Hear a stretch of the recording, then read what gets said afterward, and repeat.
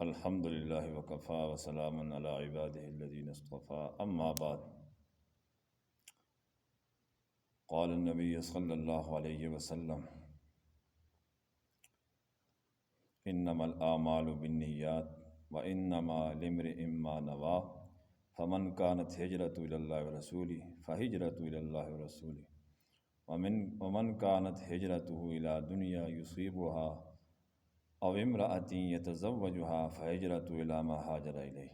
نبی کریم صلی اللہ علیہ وسلم کا ارشاد مبارک ہے کہ تمام اعمال کا دار و مدار نیت پر ہے۔ پس جس شخص کی ہجرت اللہ کی طرف رسول کی طرف ہوئی اور اس کی نیت بھی درست ہوئی تو پس اس کی ہجرت اسی طرف ہے جس طرف اس نے ہجرت کی۔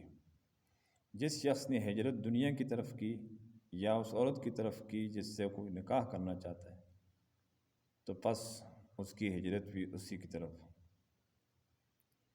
یہ حدیث مبارکہ تقریباً تمام محدثین کرام نے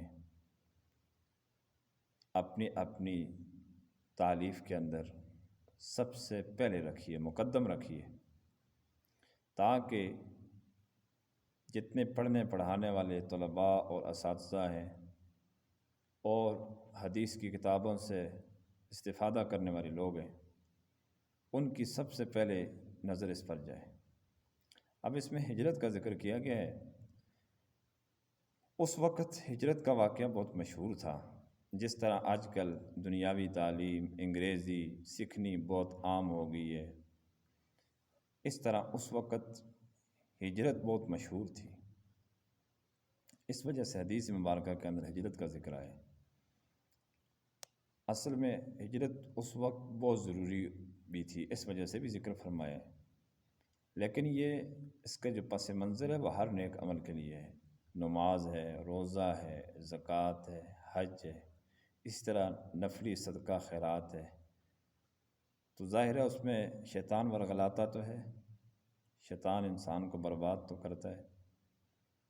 تو آج کی ویڈیو بنانے کا یہ مقصد ہے کہ اللہ تعالی ہم سب کو بھی نیک اعمال کی توفیق دیتا ہے، لیکن نیک اعمال کے اندر تصحیح نیت ضروری ہے۔ تصحیح نیت کا مطلب یہ ہے کہ اپنے نیک عمل سے پہلے بندہ اس چیز کی اصلاح کر لے، یہ نیت کر لے کہ یہ میں اللہ کو راضی کرنے کے لیے کر رہا، یہ تو اچھی نیت ہوئی۔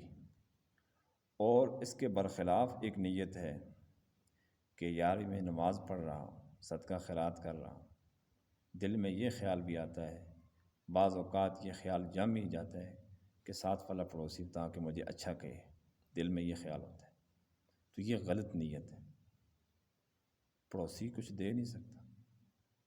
اسی طرح ریاکار لوگوں کو قیامت کے دن بلایا جائے گا اور فرمایا جائے گا کہ جن جن کے لیے تم نے اعمال کیے تھے ان سے بدلہ لے لو، اپنے اعمال کا صلہ لے لو، ان سے اجر و ثواب لے لو۔ ظاہر اللہ کے علاوہ کون دے سکتا ہے؟ اس لیے ایک حدیث مبارکہ میں یہ آتا ہے ان یسیر الریاء شرک، چھوٹی سی ریاکاری بھی شرک ہے۔ پھر ایک حدیث میں آپ صلی اللہ علیہ وسلم نے ارشاد فرمایا کہ مجھے اپنی امت پر سب سے زیادہ شرک خفی کے بارے میں اندیشہ ہے۔ صحابہ نے پوچھا شرک خفی کیا ہے؟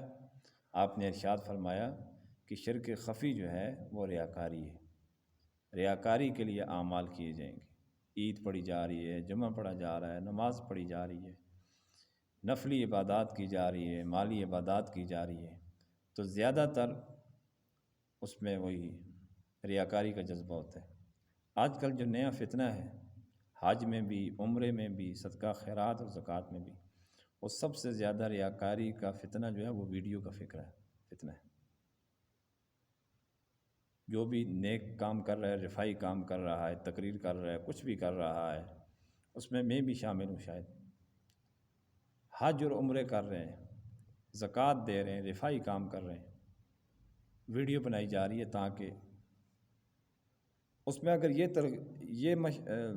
یہ جذبہ ہے کہ بھائی لوگ دیکھ کر عبرت حاصل کریں اور نیک کام کی طرف آئیں پھر تو کوئی حرج نہیں، لیکن اگر اس میں یہ جذبہ ہے کہ یہ بڑا خیرات کرنے والا ہے، یہ بڑا اچھا آدمی ہے، یہ بڑا حاجی ہے، یہ بڑا عمرہ کرنے والا آدمی ہے، تو اس صورت میں یہ عمل اس کے لیے مواخذہ کا ذریعہ ہوگا۔